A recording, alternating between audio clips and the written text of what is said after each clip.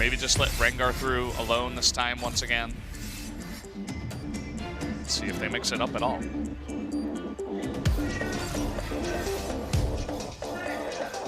Rise to start.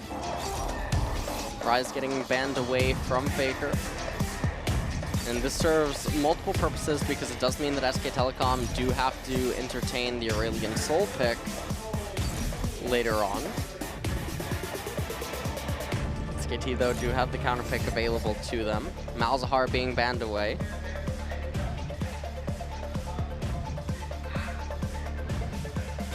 And there's Camille. So SK Telecom already off to a great start here in the ban phase.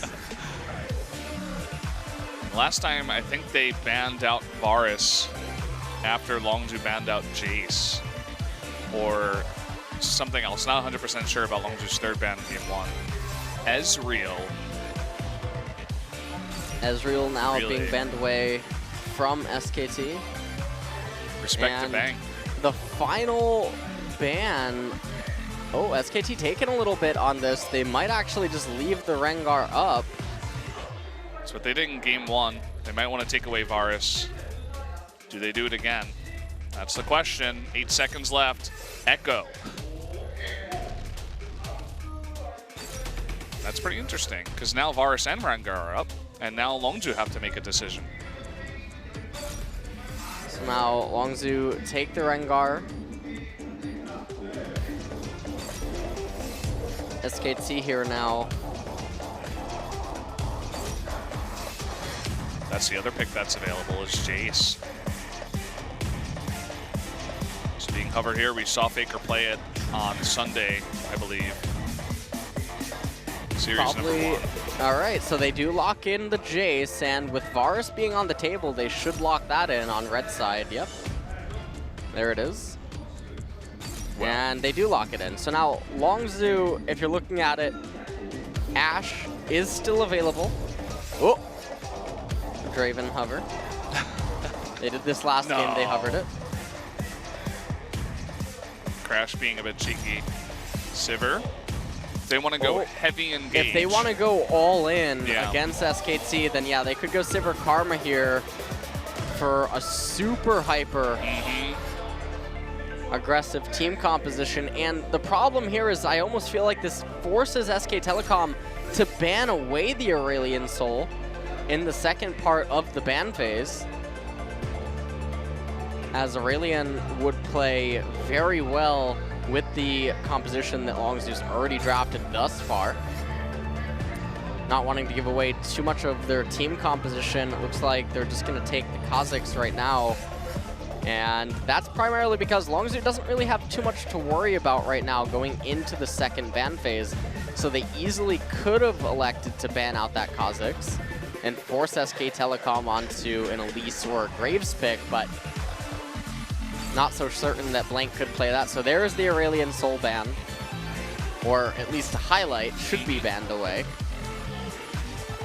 It's going to be interesting to see what Longzhu decides to focus their bans on. Still no support picked for SKT, but it looks like they want to ban out Cassiopeia first. Going back to game 1, yep, there's the Olaf that could be put up into the top lane. Or Expression.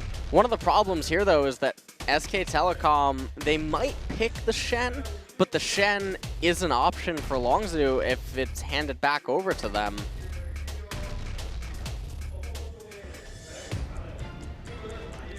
Longzhu, with not a lot of CC, might want to just ban away the Katarina.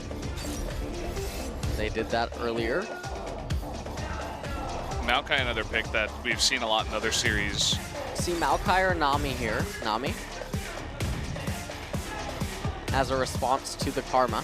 That seems to be the current trend inside of Korea. The only other options for support that are remaining is the Zyra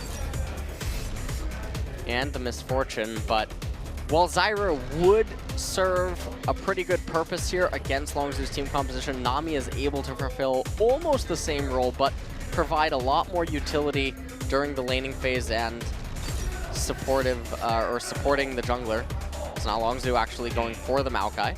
fantastic disengage too with the tidal wave out of out of Nami. So if they begin to charge at you, you just kind of throw that out there, say, okay, no, get away from me. So Maokai coming in, and what will be the mid laner? Might just be another Zillion pick because there's no other major mid lane champion that would synergize with raw straight on aggression that's remaining. Echo already banned away, Aurelion Sol banned away, Cassiopeia banned away, Ryze banned away. And if you think of Fly and what his champion pool offers, I mean, I guess you could go Orianna there if you really want to.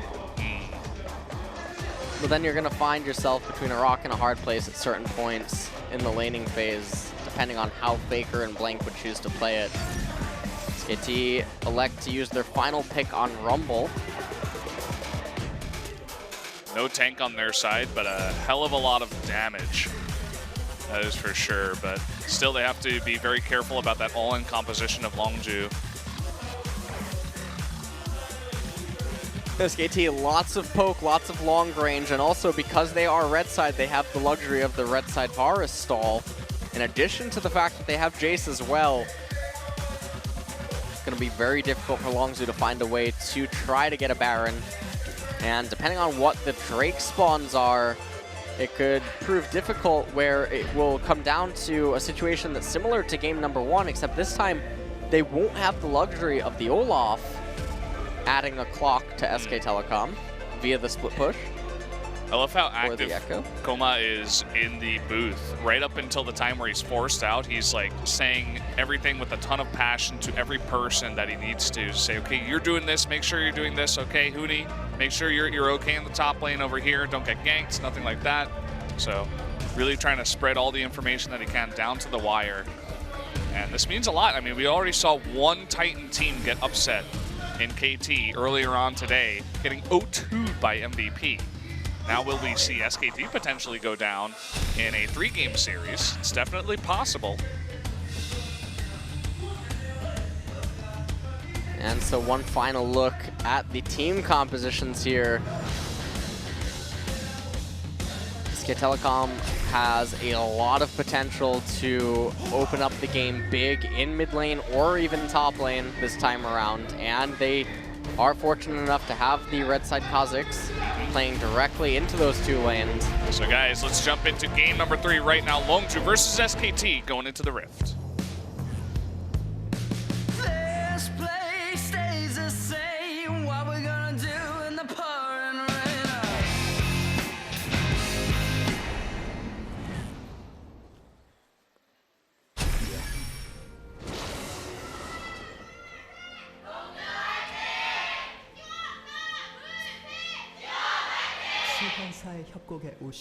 Welcome to game 3. LZ versus SKT. Both teams just fanning out. Nothing like game number 2 happening.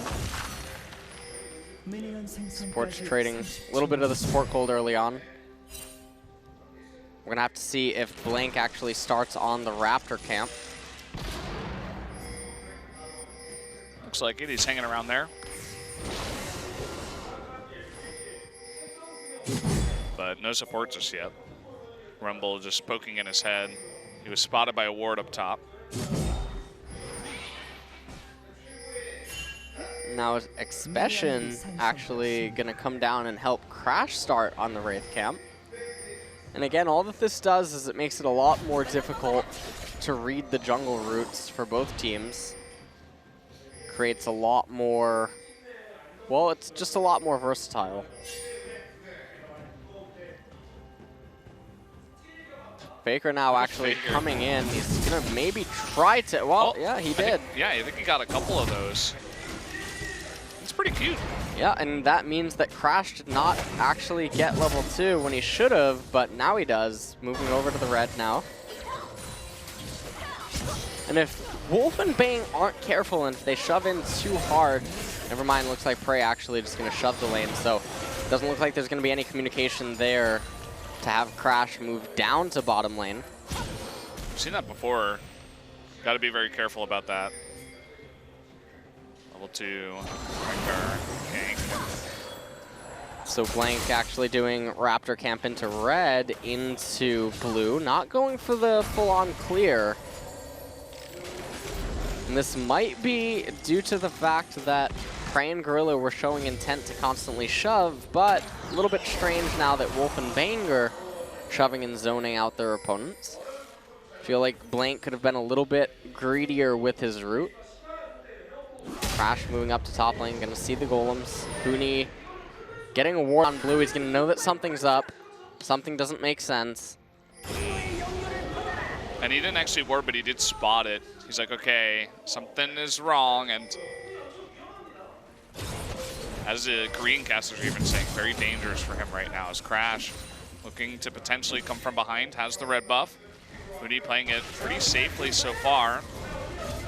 And here he comes, gonna be a flash into Twisted Advance, and how can Huni get out of this one? Gotta be so careful. There's the red buff, does get that down, and there's the flash over the wall. What? Fantastic one, but flash into the breast by Crash. Is he gonna go for it? One more hit will do it, and he does get it. First blood by Crash.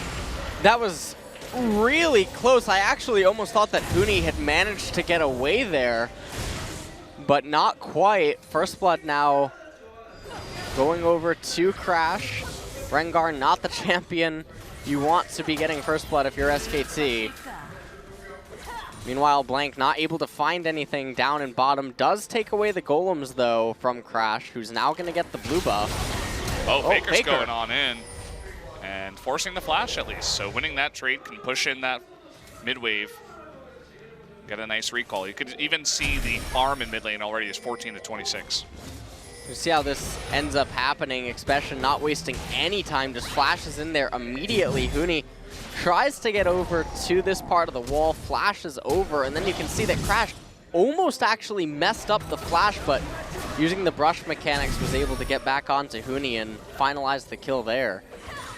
Meanwhile, in mid lane, Faker at quite a big CS lead, having his way with Fly in mid. Not the first time. I love the way he zones. The second he hits level 2, he's like, okay, I dare you to come close to the wave. I'm just going to combo you. I'm Jace. I have a much better level 2. You just dodge the bombs with your gate, and it's like, okay, I'm fine. And Faker hasn't gone back yet, so he's still sitting here doing pretty well and making it very hard. Look at all those range minions were in a really awkward spot for him. Might have to use another bomb to clear those out.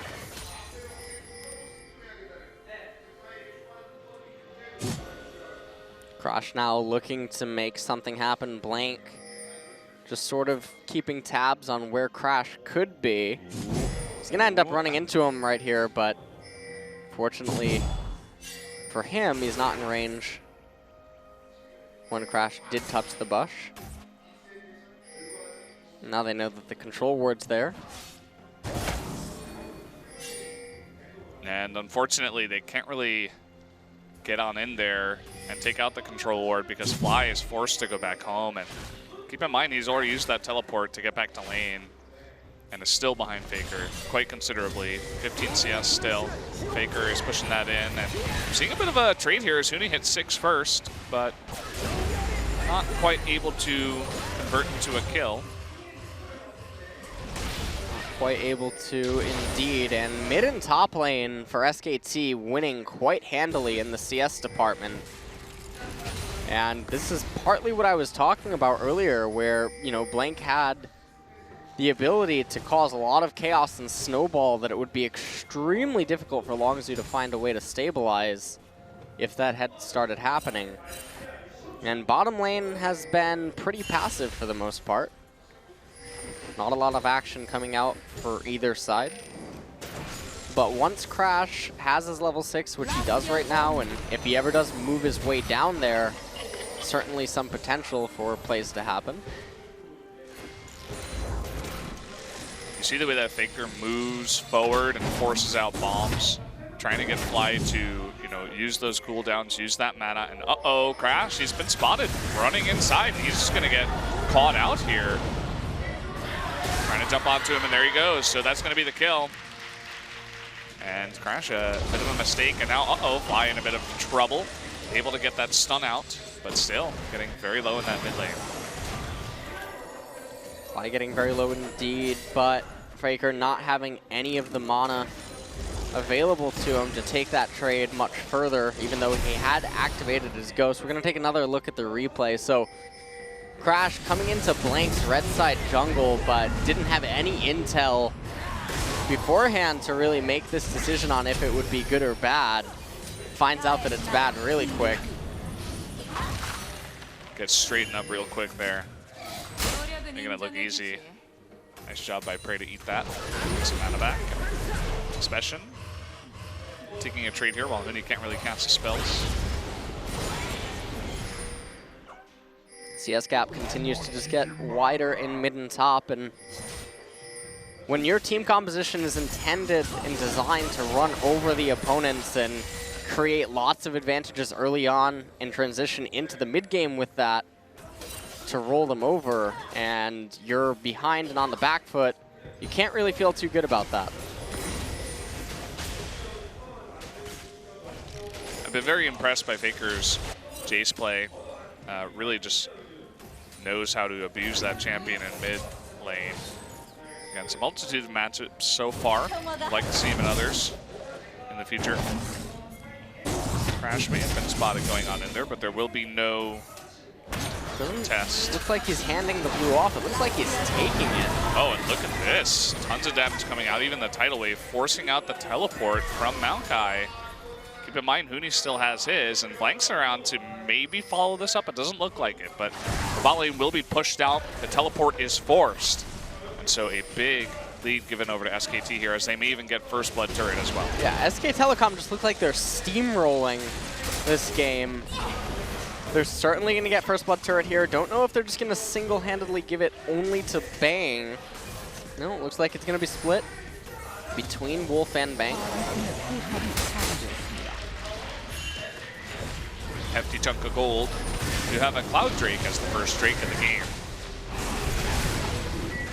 I'm going to pick that up right now. Not the best dragon at this point, especially not with the accelerated early game. Mountain Drake is next.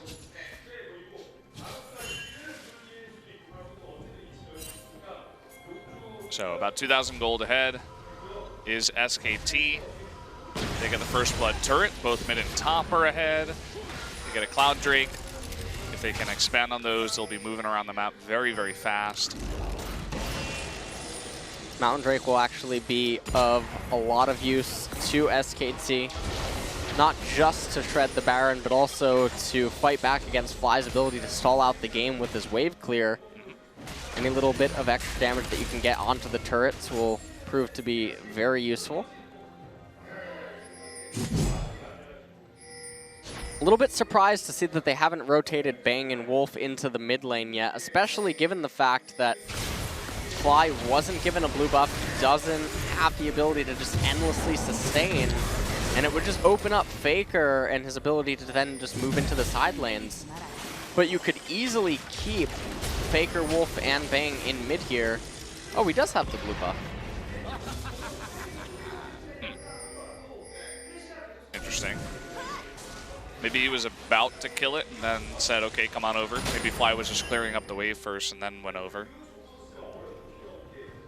Blue buff did just fade, though, on him.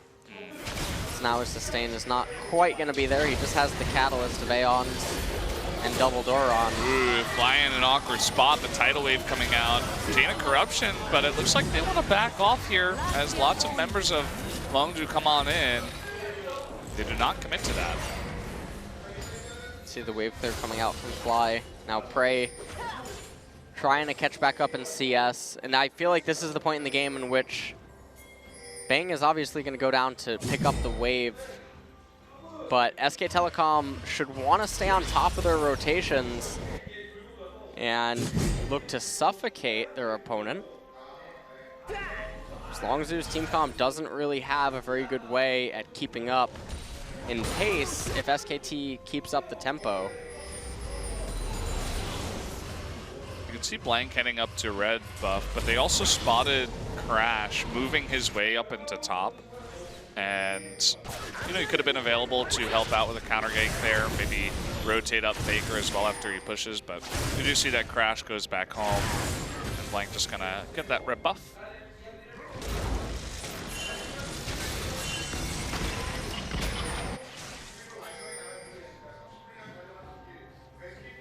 nice amounts of damage coming out from Jace already. And he's not even on one completed item just yet. Let's get in there. SK Telecom handshaking the fact that they'll just be content. Ooh, they were looking for a big stun onto Wolf. Perhaps engaging there with the Karma Sivir, but did not quite happen. Trading flash for flash. Flash for flash, not the worst trade, especially given the fact that Fly's summoners come up a little bit sooner than Wolf's because of those Ionian boots. And right now, SK Telecom just sort of letting the game unfold on its own, continuing to just farm every wave as they come, doing everything very standard. And Crash on this Rengar really hasn't been able to make anything happen. So now at this point in the game, when Dragon does begin to come up, it's going to be very difficult for Longzhu to establish any sort of vision control around it. Oh, gross. That's what it feels like playing against Varus, Jace, Mist-Chain of Corruption onto Fly. But Gorilla, almost forced to go back to Recall, is sticking around, has some regeneration that he had bought from earlier. But Huni's making his way down, and they're just putting on that pressure with the amount of poke they have. Able to rotate over here, give gold or blue over to Faker. Not sure what a gold buff would be. That would be interesting. Now they're going to go on to Rift Herald. There's a bit of vision around there. Not sure what Longzhu can do about this, though. They may want to come on in. Well, it's a pretty opportunistic Rift Herald. Even if they can't capture it, it's going to bait Longzhu into having a team fight with them. They will, and look at Fly and Gorilla. They're both extremely low, but also Blank and Wolf are, so Wolf is going to be jumped upon. They almost let him get away for free, kind of funnily there, but it does eventually get taken out by Crash. That's just going to be one kill given on over to Longzhu. Kill goes over to Longzhu in the end, and SK Telecom, I liked the call for the Herald, but then the fight didn't go their way. But they need to make something else happen, otherwise the game's just going to continue to stagnate, and there's always the chance that some sort of Rengar plays can enable Longzhu to get back into this game. And we'll take another quick look at it. So they come off the Herald. The problem is that Faker, out of mana and doesn't really have anything to do. He ended up getting trapped inside of the pit, and despite a beautiful ultimate from Huni with that equalizer, Crash still able to get the kill onto Wolf.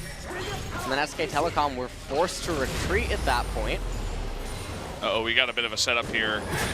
Poor Huni is going to get caught out here with the twisted advance, and Crash coming on in. Not much he can do. Even Gorilla joining in for the 3-on-1. And that will give over the Dragon to SKT in the trade for a kill. Looks like Longzhu might also go up to the top tower here. Mountain Drake going over to SKT in favor of, well, the trade for the top tier 1 turret in exchange for the Mountain Drake I don't think is that bad.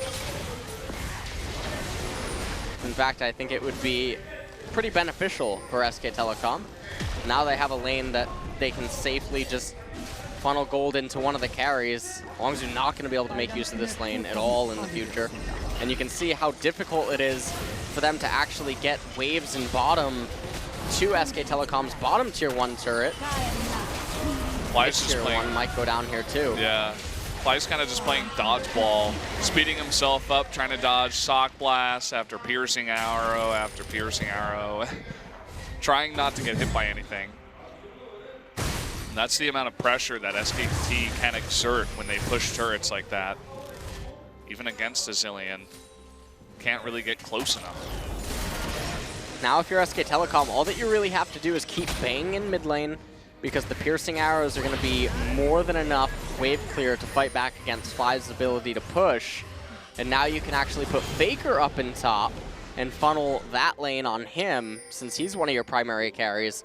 And this will open up Huni to start split pushing bottom. And there's very little incentive for Crash to come onto the bottom half of the map, given that there is no dragon. and it's too much of a resource investment to really try to push on and make sure that they can capture the bottom tier 1 turret. You can see that Gorilla and Crasher here trying to make something happen. And they may just try to get onto Faker here, but the tidal wave will push this away. Gonna trade teleport for teleport. Here comes Prey in the back. And we don't quite have an engage from here. Fly is in a bit of trouble though. The equalizer coming out. He's gonna be burst down. No ultimate coming out. Expression all alone going 1v5. He should be taken out as well. That's gonna be a double kill given over to Bang. SK Telecom going to be able to push on now and get this top tier 1 turret. Still a minute until Baron, but that might be enough of an opening for them to capture the Herald before it disappears. Though it doesn't seem like maybe, I can't tell exactly what they want to do. They're going to go for Herald. They would have to do it now, yep. So the pings do go down onto it. And this will mean that Herald will persist on until 39 minutes, so basically, that's going to be around for the entire game. Probably you just want to put it onto Blink here, unless you have intent to have Huni split push. You can see a little bit indecisive who's going to take it. Oh. Can Prey play dodgeball? Well, he dodges 1. Piercing arrow does land. He's sticking around. He's got Karma nearby. They're going to have to give over blue again to Faker. You can see that this time around, Fly having to go Rod of Ages.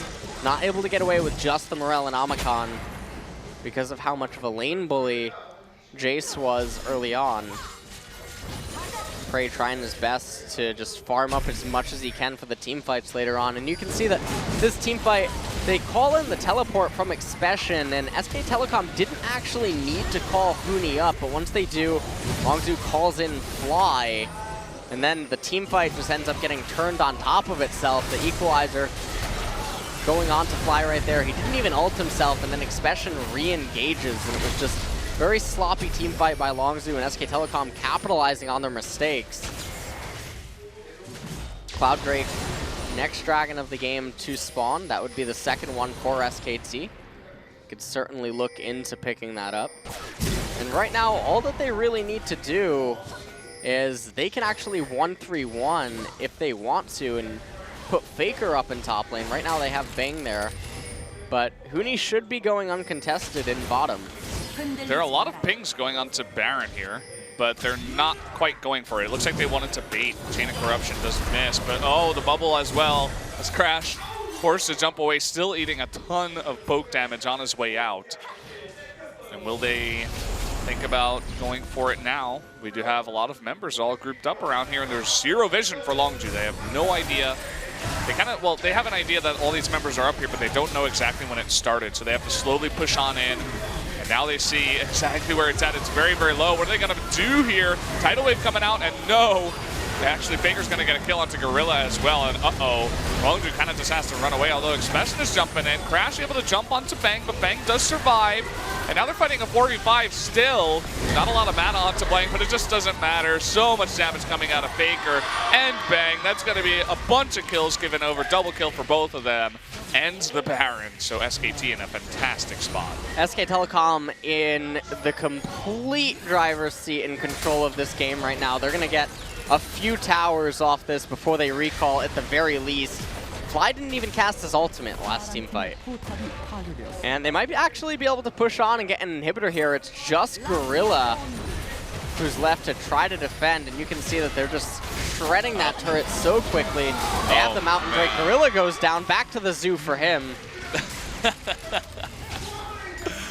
Oh boy. And they're actually not even staying for that inhibitor. They're playing it very, very safe, very SKT. Just saying, okay, you know, we don't need it right now. We're so far ahead that if both of us died, would it be worth it? Maybe not. And so they're just going to go for another Cloud Drake, and they're going to be even faster. They deny another Cloud Drake away from this very engaged, heavy composition of Longzhu. And I mean, as you said, they're just totally in the driver's seat. 10,000 gold ahead. They're going to get the third dragon of the game, and we're going to have to see the miracle comeback from Longzhu at this point.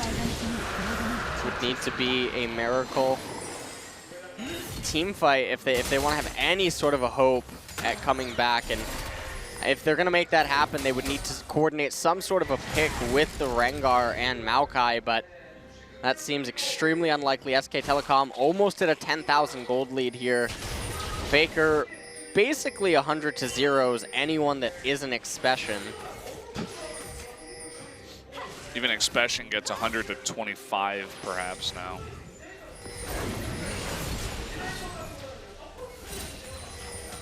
Rotating down to bottom. They're going to easily just shred this bottom tier 2 turret. Oh boy. Prey actually got caught. Yeah, he got caught by that. Well, that's going to be the end for him.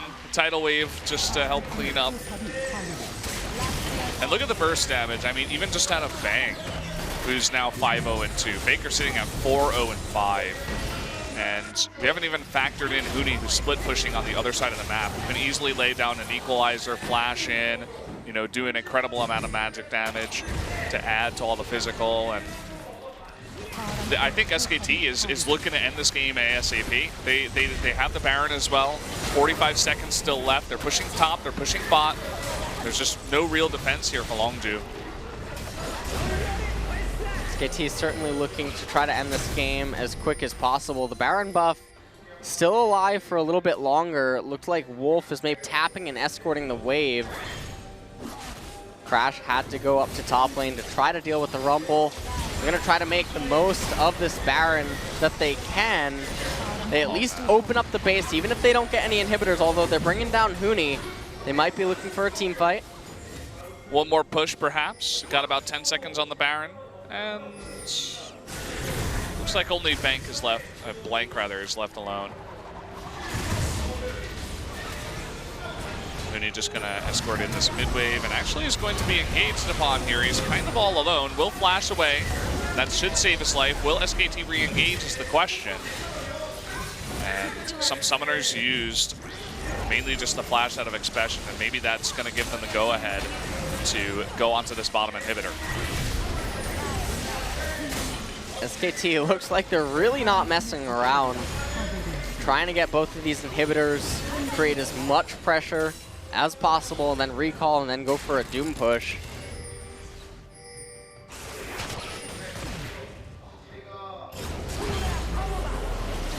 So just going to get that bottom inhibitor and back off from here. Actually, Crash is able to get the blue, funnily enough, amongst 3 SKT very strong members.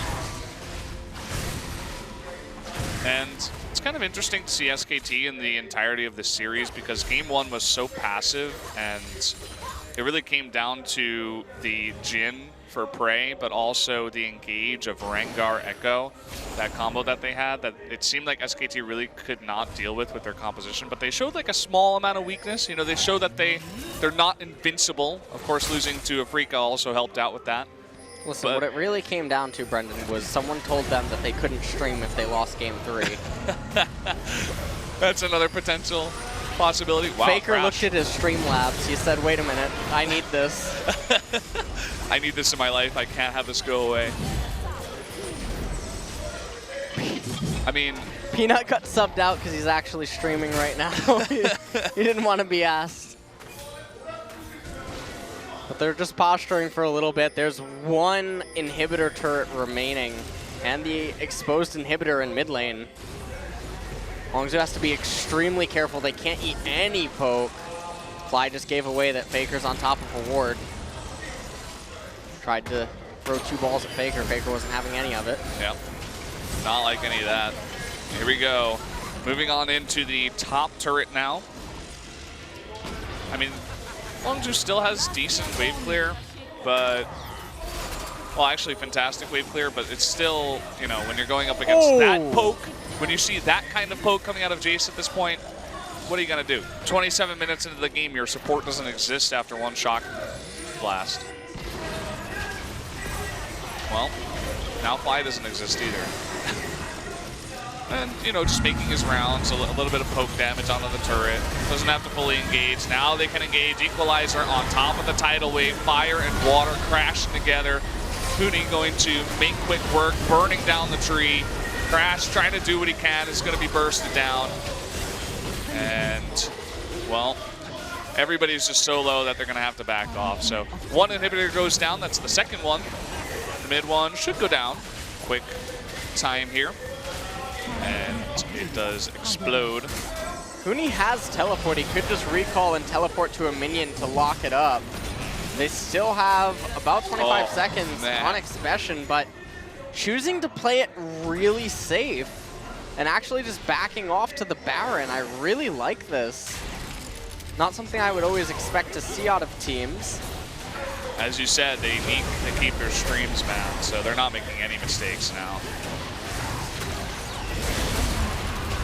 Now they're gonna recall, get all of their final items. Dragon coming up as well, and if they want to play it really safe, they'd probably just pick that one up as well. It is another Mountain Drake, so it will help with killing the Nexus turrets. It's so crazy to see with the lethality changes, Jace mid nowadays, if he gets a lead and he gets enough lethality items, it's like the players on the opposite team that don't build armor, he's doing true damage to, or like almost. He's doing close to it, and it's insane the amount of damage he can do. Like 75% of a support's health bar, or even an AD. It's pretty crazy. Well, they're gonna try to get onto Prey, and he takes a lot of burn damage.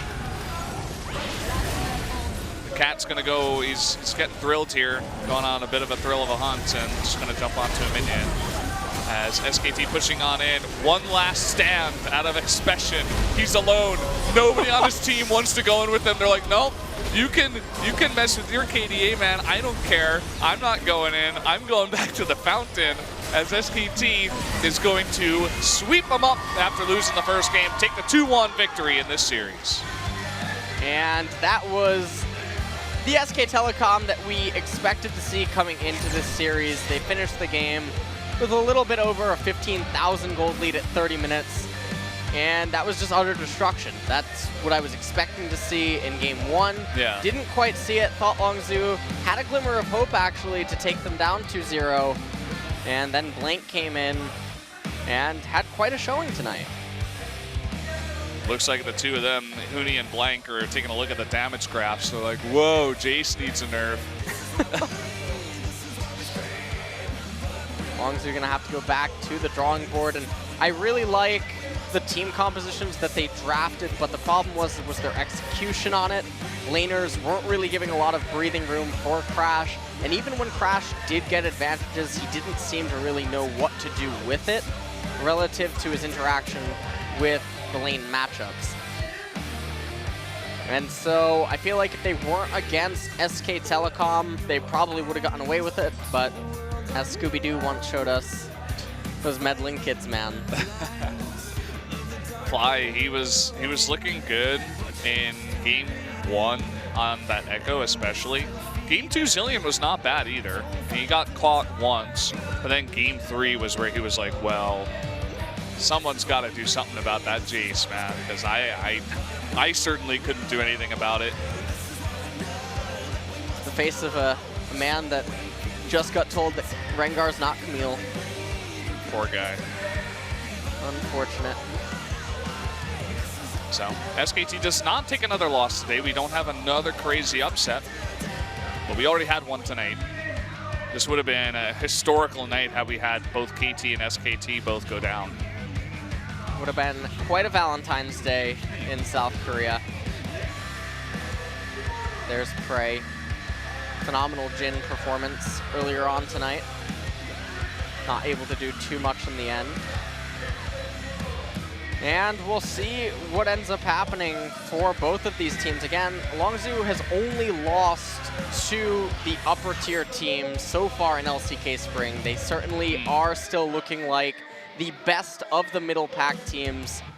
We'll see what they do later on into the season, but we're gonna go to the MVP's winners interview, and that'll be it for tonight's series.